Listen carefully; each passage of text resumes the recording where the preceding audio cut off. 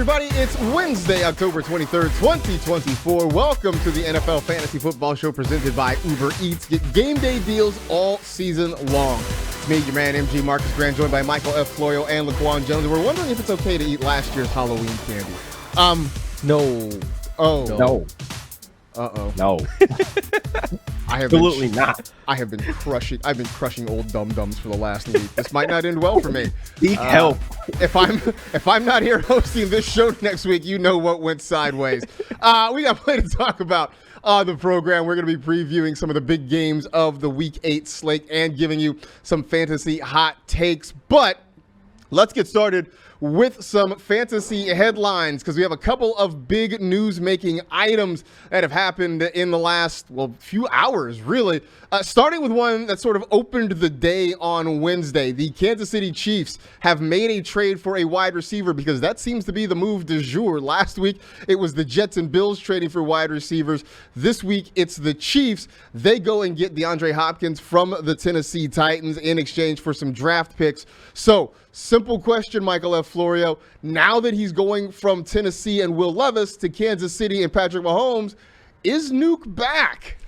I don't want to tell you that he's going to be like prime Texans, Cardinals, Nuke, but I don't think he's as bad as he has been with the Tennessee Titans either. I think the truth is somewhere in the middle, but we have already seen the Chiefs numerous times this year. They bring Kareem Hunt back off the street, who looked like he was absolute toast last year, and now he is their best player on offense at least. They did this with Juju until he got hurt. So, yeah, I'm never going to discount the fact that the Chiefs could sprinkle a little bit of magic on Hopkins and make him look like the Nuke of old. So he is someone, though, like I woke up this morning, saw the news, checked all of my waiver wires if he was out there, because if he is, I think you should take a shot on him. I mean, look, I know in NFL.com leagues, he was rostered only in 46% of them. So that means in more than half of the NFL.com leagues, DeAndre Hopkins is available. So it is worth checking your waiver wire. On the flip side of that, Laquan, we have been looking at Patrick Mahomes. And look, I have a team where I've been starting Geno Smith over Mahomes regularly for the past few weeks. On Fantasy Live, we did a set my lineup. We put Trevor Lawrence in over Patrick Mahomes. But now that they've got Nuke in the fold, can we maybe think about putting number 15 back in our starting lineups? No. And I'm going to pull for Florio. That's how he answers things. So, therefore, I'm just going to say no. You have to show me, this is, really, the name brand is selling. And, it's supposed to make Patrick Mahomes in this offense just elevate to a new level. And I do not agree with that. I need to see this to be done because Hopkins hasn't done anything in the last 4 years, if we're going to be totally honest. He's battled injuries, which he's battling an injury right now. I just need to see this as a situation that needs to develop over time because we just saw Devontae Adams go out there and didn't really do anything for fantasy purposes or in real life purposes. The Jets are still a bad team. So therefore the Chiefs, they're not playing well on offense. Patrick Mahomes is not playing well on offense. And for fantasy, it's been painful to have him in starting lineup. So no, in no way, this moves the needle for me. I'm really yarning this morning because this doesn't excite me at all. I think it's a thing that helps the Chiefs offense, right? Because now you have a guy who can at least win some of these one-on-one matchups and get open a little bit where they were struggling with that, right? I mean, they had Juju for the 1 week, then he gets hurt.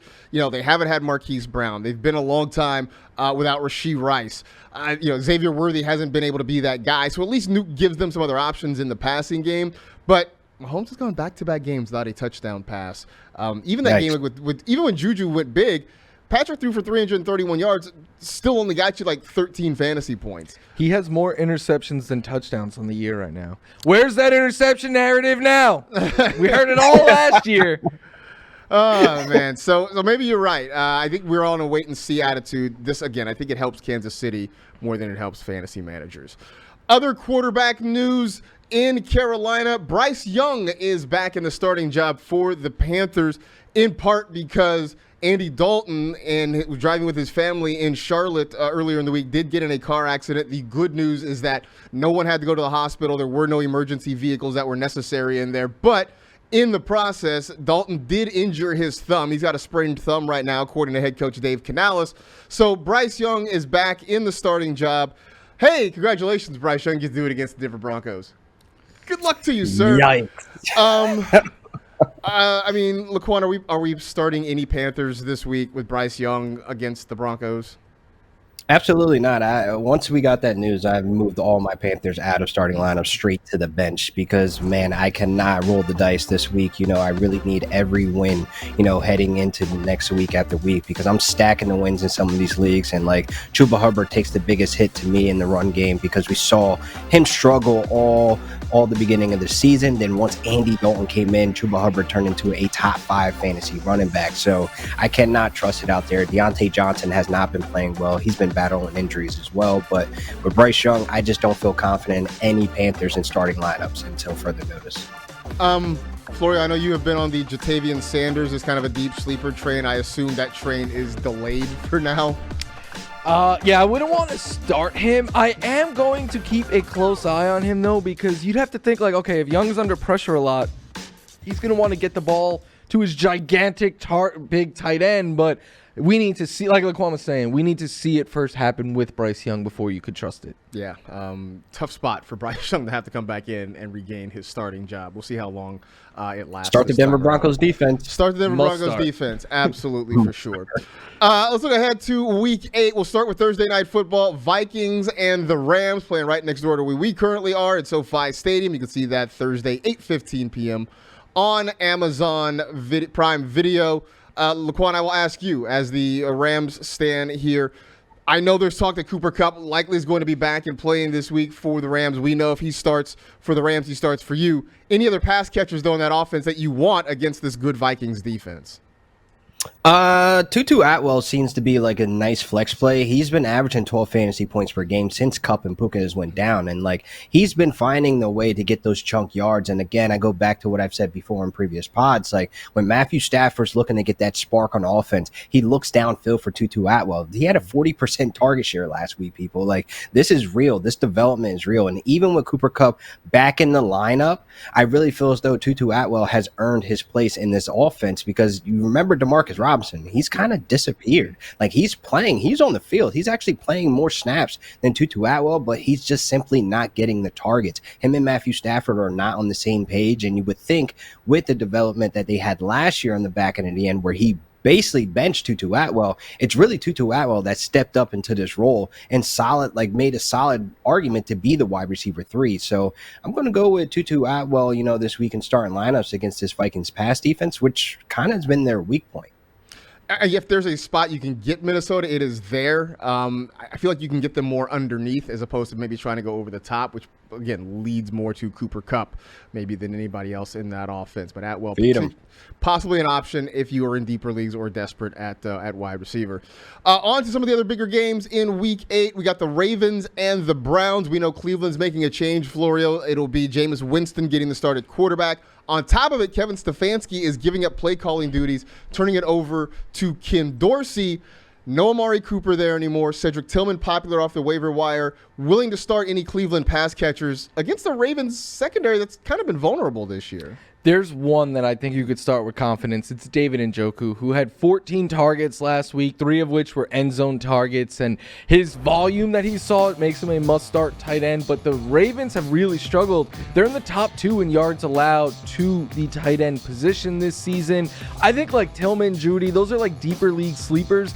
Crazy that I think this is arrow pointing up with Jameis Winston, but I do believe at this point right now, he is the best quarterback on the Browns roster. And the thing about Ken Dorsey, at least during his time in Buffalo, he would pick one player and be like, we are forcing the ball to that guy. I'm hopeful that will be David Njoku with the Browns moving forward. We will keep an eye on that and see how things sort of work out, but changes afoot in Cleveland.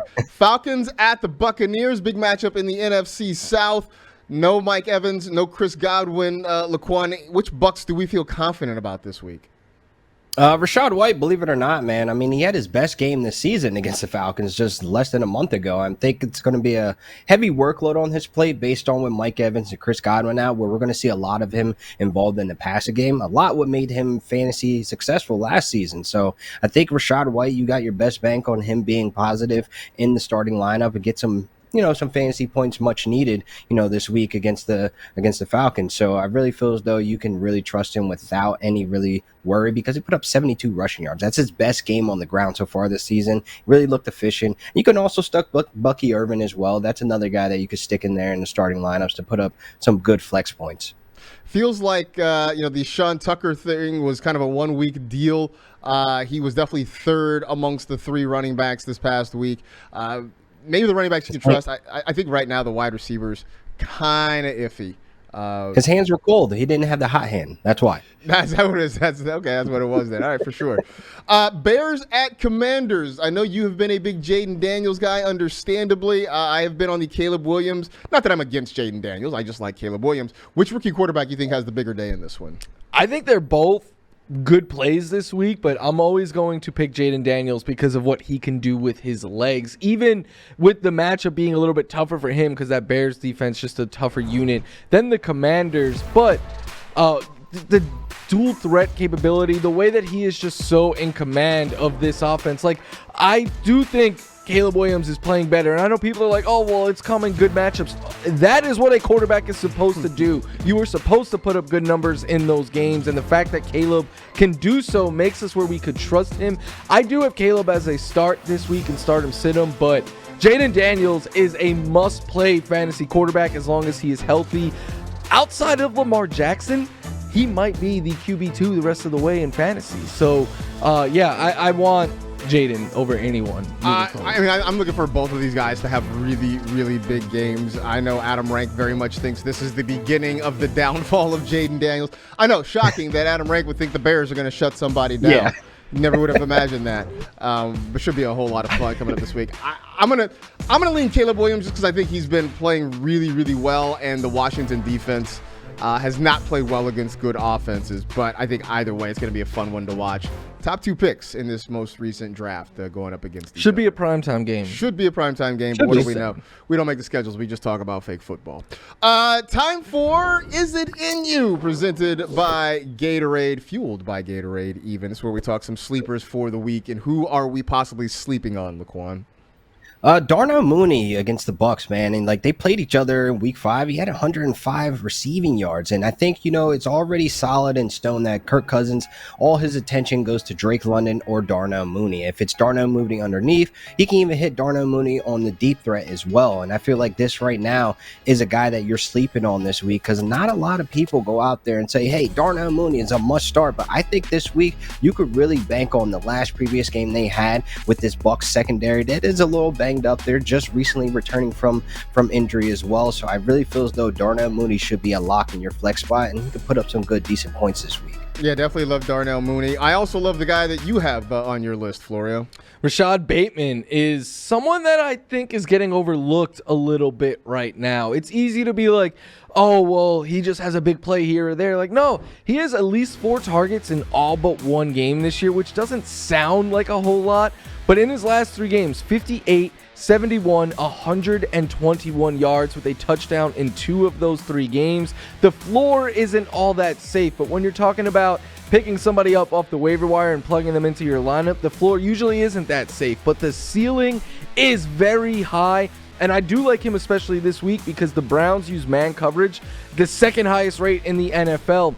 Bateman is number 2 across the board behind only Zay Flowers, who was banged up on Monday night against man. So, yeah, Lamar right now is playing out of his mind good, so you want pieces to this Ravens offense however you can get it. Look, it's taken a few years, but it seems like Rashad Bateman is rounding into form as the guy the Ravens thought they were drafted, and it hasn't been in a big way, but he's very quietly putting up some really solid numbers over the last few weeks. Yeah. For me, every time I think I'm out on Javonte Williams, something happens to pull me back in. Look, to be honest, it's not about his talent that has been the question for me. It's just about the way he's been used in this offense. But has been very efficient running the football on relatively limited touches the last couple of weeks. This week has a fantastic matchup against the Carolina Panthers. They have been run all over all season long. We mentioned the change at quarterback, Bryce Young getting the start, which makes you skeptical about their chances to move the football against this Broncos defense. That means Denver should have plenty of opportunities to possess the football. I think if they're able to get out to a lead, then we are going to see them running it a lot in the second half, so that should benefit Williams as well. Maybe even a couple of targets out of the backfield. Hasn't been targeted as much as I thought or as I would like as a fantasy manager, but he gets a couple, and maybe he gets a couple coming up this week against Carolina. Got plenty more to talk about on the show. Give you some of our top starts for the week, plus a look at Sunday Night Football and Monday Night Football and some hot takes as well. That's coming up on the NFL Fantasy Football Show.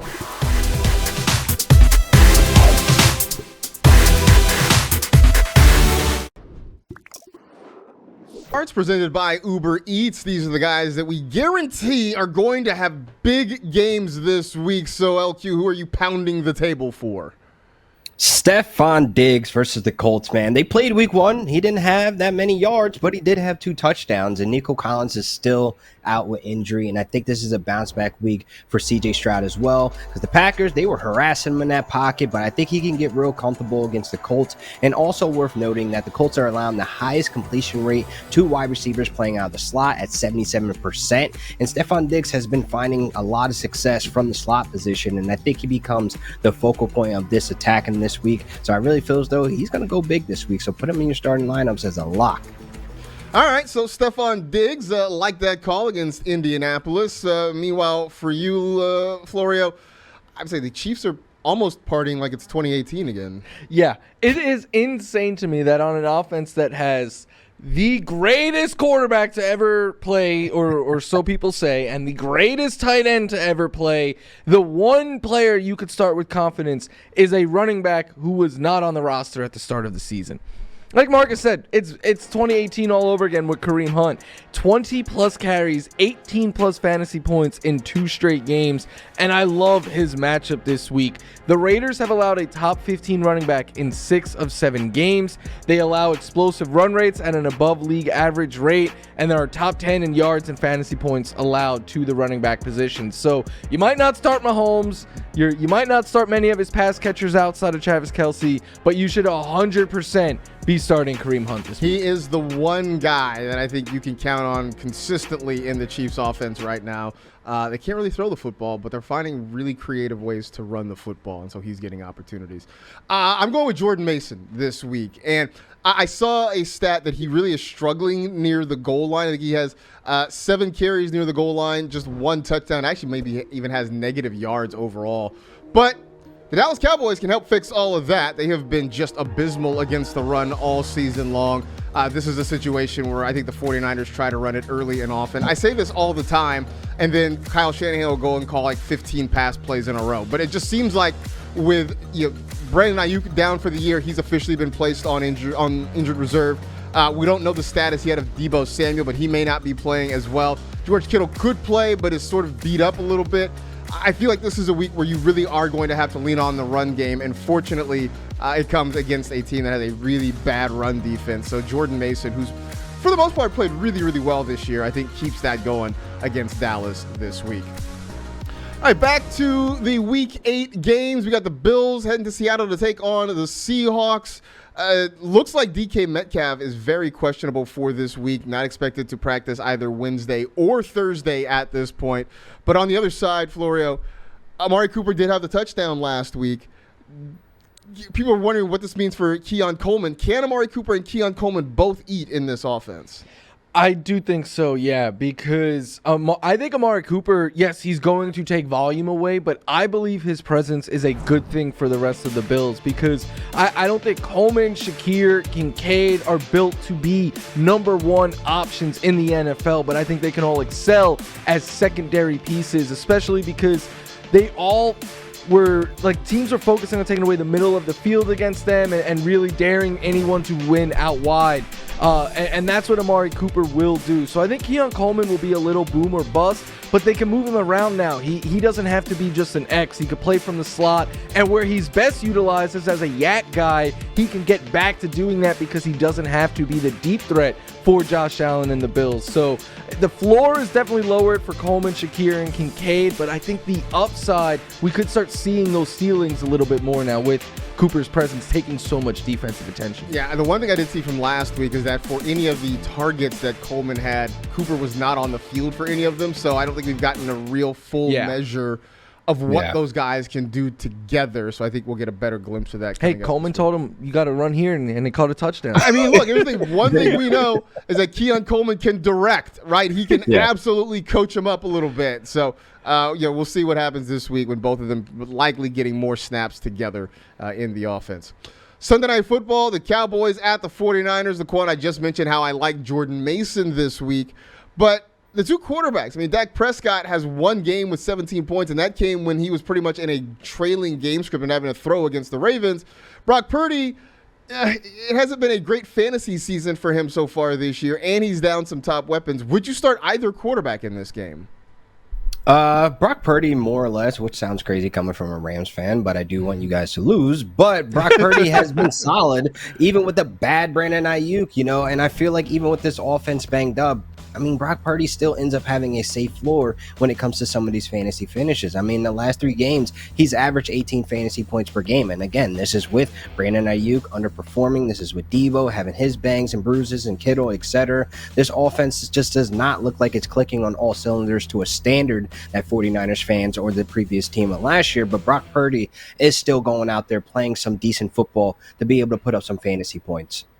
Yeah, I mean, I think of the two, he's the one that I think I have the most faith in this week. But I really do think the Niners may have to lean on the run a little bit more. So maybe you see less Purdy passing. Maybe he's going to have to be really efficient. I don't know. We'll see how this goes. Monday Night Football, Giants at the Steelers.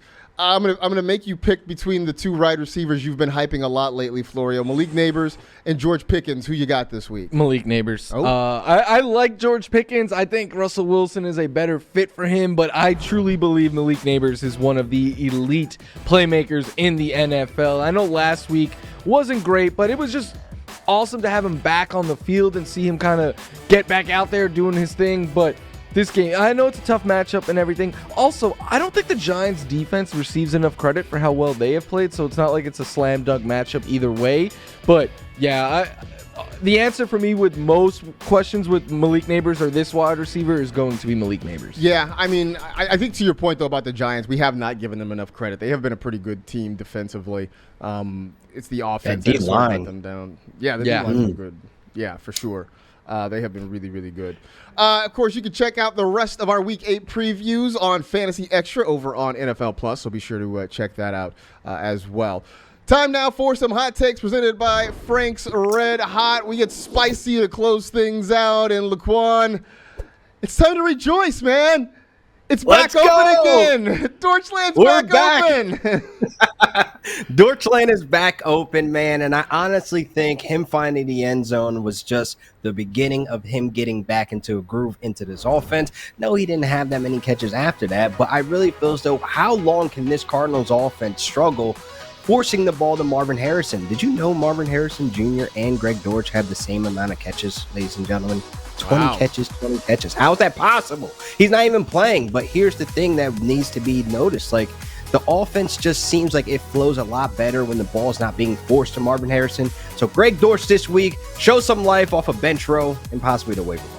All right, so Dorchland is back open. I got to ask, how much did your phone blow up when he scored that? It blew up. It blew up. I was just like, wait, what's happening? Oh, my God. So many notifications after Greg Dortch scored. I was like, oh, my God, it happened. Florio, for you, what is your hot take this week? This is a bold prediction. I know it, but I think A.J. Brown and Jamar Chase eat to the point where I think 200 yards and a touchdown for both of them is in play. I know that would be a record-setting performance. It probably won't be that many yards, but both of these are elite wide receivers. A.J. Brown and Jalen Hurts have been the best deep connection in the NFL, and that's with A.J. Brown missing a full month. The Bengals defense gives up a bunch of points, but their offense can score, so I think this could be a high-scoring, back-and-forth kind of game, and it's why I keep saying I think Jamar Chase is going to be the wide receiver one this year, because the Bengals have to throw so much when they're in catch-up mode. So, yeah, I obviously you're starting each of them, but I expect, like, a monster game for these two. Would not be surprised. Should be an interesting matchup between the two of them. Two pass defenses who have been vulnerable all year long. Speaking of guys going big in the number 200, I'm going to say Joe Mixon goes for 200 scrimmage yards against the Indianapolis Colts. Back in week 1, he ran for a $159 against that Colts defense. That should have been our first indication that Indy's defense was bad. He has been a workhorse all year long for the Houston Texans. Now, as Laquan mentioned earlier, still no Nico Collins as he's dealing with an injury, so that could mean some short, easy targets for Joe Mixon. I think he touches the ball a ton this week, maybe even gets in the end zone, but either way, a huge game coming for Joe Mixon against the Indianapolis Colts. Book it. It is done. It is happening. Speaking of which, good place for us to take a pause for a while. That is it. We are done. We appreciate you hanging out with the NFL Fantasy Football Show presented by Uber Eats. You know the drill. Tell two friends to tell two friends. Rate, review, and remember, everybody wants to save the earth. Nobody wants to help you do dishes. Be safe, take care of yourselves, and we will talk to you tomorrow. George Lane is back.